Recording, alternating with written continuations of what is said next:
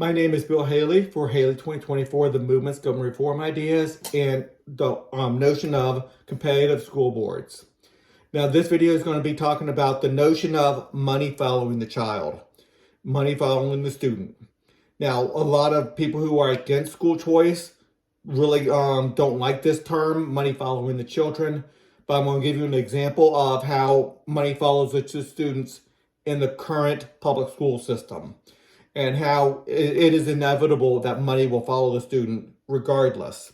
Now, then I will give some more points about why within school choice it makes it a lot more equitable, a lot more equal, a lot more fair when you give it money follows 100% of the students, not just the students that wish to stay within the public school system.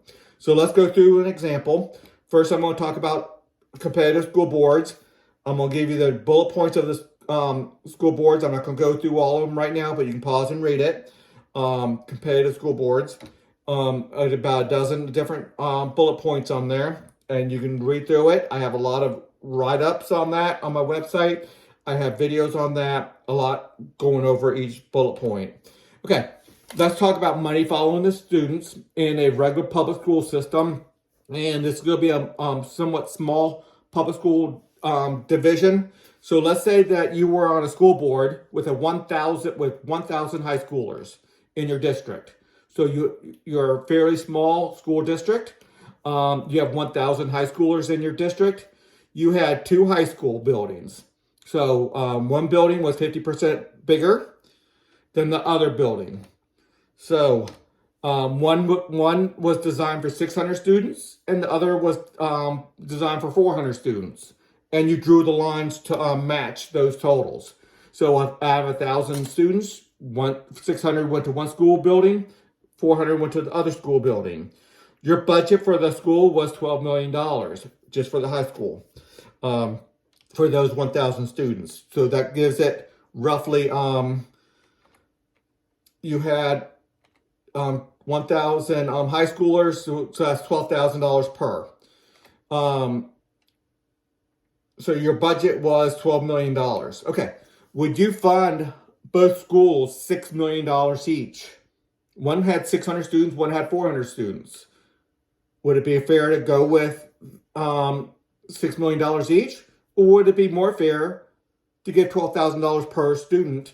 So you have $7.2 million for the 600 students and $4.8 million for the 400 students. So money follows the students. Now let's say that the next year that 600 students went down to 580.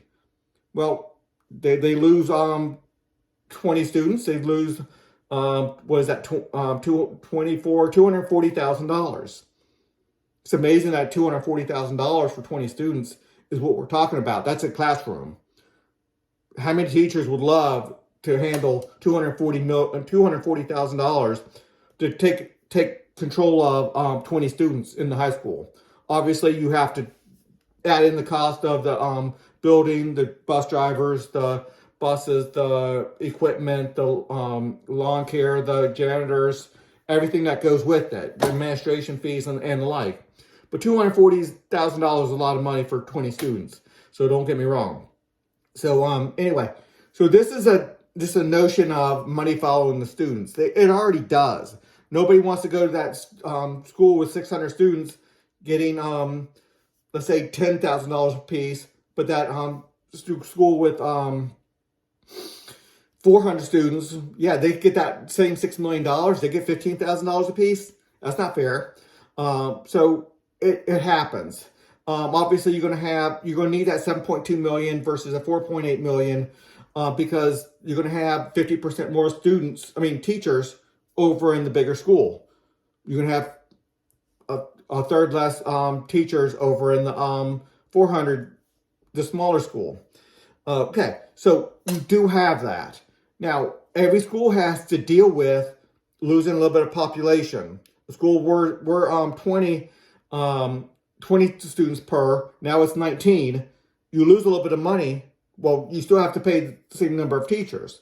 But at some point, you need to start making some of those teachers either part-time or not, or you don't downgrade people usually.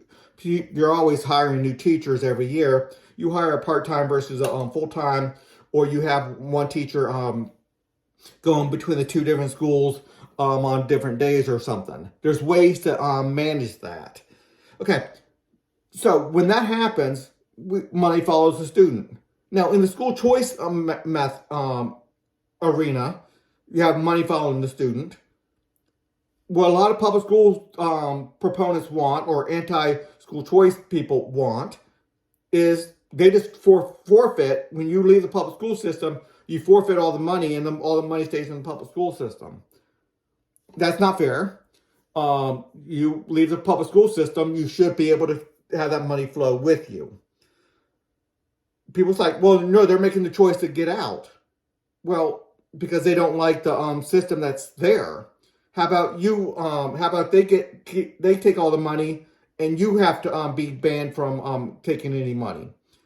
So put the shoe on the other foot, and you're the one not getting any of the money, or your children are not being done the way they want. Your child's not getting funded. Or let's say that the public school becomes so hostile to your values that you have to choose to take your child out, and you can't take the money with you. So money following the child is a legitimate thing, and I'm trying to put forward in this simple argument and this one mathematical equation here about the two schools, how money always follows this child. Every school administrator always deals with money coming in. The state funding to local school districts come from the student population, directly from the student population. So that's a very real thing. Also, city council, they base their amount of money and the funding going to public school system based off of what the population is, how many students are in the seats, what's the average student enrollment, and like. So it's always there. Okay, I'm going to go through, and I'm not going to stop at these slides very much.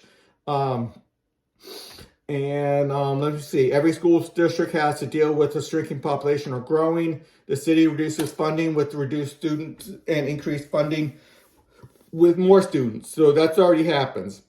The state calculates funding based on the number of students. And this is a structure of competitive school boards and the like. You're not going to understand it by just pausing and reading these. You can pause and read it, but there's a lot more on my website to really understand these. You do have a sector board, which is going to monopolize over all the school boards. They don't control the school boards. They just make sure they are doing what they're supposed to be doing within reason. Making sure there's no negative externalities, making sure the academic education is actually being done. They can do it the way they want to. It just has to be being done. Okay, a little bit more structure. You can try to see what's going on there. And then everything is at my website at haley2024.org. Until the next video.